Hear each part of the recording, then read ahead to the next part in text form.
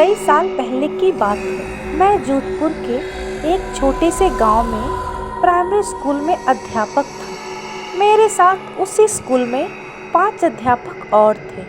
उन लोगों की शादी हो चुकी थी और उनका अपना अपना परिवार था और मैं कुंवारा था। मेरी शादी नहीं हुई थी। सब लोग गांव में मकान भाड़े से लेकर रहते थे और मैं स्कूल के पास ही एक अलग छोटा सा कमरा बना हुआ था जिसमें मैं अकेला ही रहता था। स्कूल के चारों ओर खेत और झाड़ियाँ थीं। स्कूल गांव से थोड़ी दूर पर था। स्कूल में बिजली नहीं रहती थी और मैं अकेला अपने कमरे में लालटेन जला के खाना बनाता और खाकर सो जाता था। तभी मेरे एक दोस्त ने बोला कि आप अपना टाइम कैसे निकालते हो? कल से हम लोग खाना खाने के बाद रात में तुम्हारे पास आएंगे। तुम्हारा भी थोड़ा हंसी मजाक में टाइम पास हो जाएगा। दूसरे दिन स्कूल से छुट्टी होने के बाद घर पर जाकर खाना वाना खा के अपने कहे अनुसार मेरे सारे मित्र रात को 10 बजे मेरे घर आ गए और हम लोग बातें करने लगे।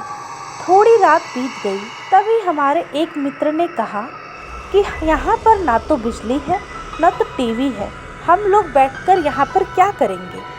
आज हम लोग थोड़ी मस्ती करेंगे। दूसरे मित्र ने बोला, हम अपने साथ ताश के पत्ते लाए हैं, चलो खेलते हैं। और हम लोग धीमी लालटेन को जलाकर उसके सामने बैठकर ताश खेलना चालू कर दिया। थोड़ी देर बाद गर्मी लगने लगी तो हमने सारी खिड़कियाँ खोल दी तो अच्छी हवा आने लगी और हम लोग ताश खेलने में व्यस्त हो गए। तभी हमारे तीसरे मित्र ने बोला कि हमारे पास बीड़ी और माचिस भी है, बोलो तो बीड़ी सुलगाएं। हम लोग ने बोला क्यों नहीं। तो हमारे मित्र ने 4 बीड़ी जलाई। सब ने एक एक बीड़ी अपने हाथ में ले ली। तभी एक मित्र ने बोला, अरे मुझे भी तो पिलाओ। हमने हंसकर बोला, क्यों मजाक कर रहे हो, अभी तो तुमने बीड़ी अपने हाथ में ली थी। तो उसने बोला कि हमको तो दिया ही नहीं। हमको लगा कि तुमने हमें दिया लेकिन हमको तो मिला ही नहीं। हमें लगा कि वह मजाक कर रहा है और हमने यह बात हंसी में टाल दी। दूसरे दिन मेरे मित्र लोग मेरे घर पर फिर से आ गए और बीड़ी ताश के पत्ते खेलने लगे। यह सिलसिला फिर देर रात तक चलता रहा। तभी मुझे लगा कि खिड़की से कोई लंबा सा हाथ अंदर आया और मेरी बीड़ी लेकर चला गया। तब तो मानो कि मेरे होश उड़ गए, लेकिन उसका चेहरा हमें दिखाई नहीं दिया क्योंकि बाहर अंधेरा था और अंदर लालटेन धीमी जल रही थी। यह घटना 4-5 दिन तक मेरे साथ होती रही। तो मैंने छठे दिन जब सवेरे मेरे मित्र लोग स्कूल में पढ़ाने आए तब मैंने यह बात सबको बताई। सब ने बोला, हाँ भाई, मैंने भी सुना है कि स्कूल के अंदर किसी अध्यापक ने किसी कारण जहर खाकर आत्महत्या कर ली थी और उसकी आत्मा आज भी स्कूल के आसपास भटक रही है।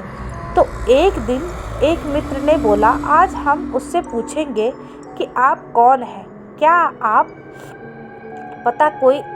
पता कोई आदमी हो और हमारी तरह वह भी रात में टाइम पास करने आता हो। हमने बोला कि ठीक है। रात में मेरे सारे मित्र मेरे घर आए और आज तो 5वां दिन भी खिड़की से अंदर आकर बैठ गया।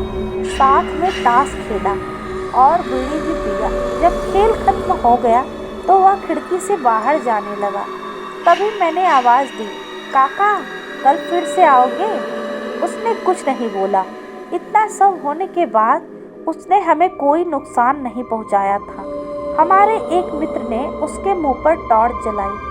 तभी मैंने उसका हाथ पकड़ लिया, लेकिन टॉर्च के सामने हम लोग ने उसका थोड़ा बहुत चेहरा देख लिया था। वह काला आदमी, मटमैली सफ़ेद रंग की धोती और मुंह पर बहुत सारे चेचक के निशान थे। सब लोग बहुत डर गए। सबने बोला, चलो गांव वालों को बताते हैं। हमने बोला, नहीं, बच्चों के भविष्य का सवाल है, कोई अपने बच्चों को स्कूल में पढ़ने के लिए नहीं भेजेगा।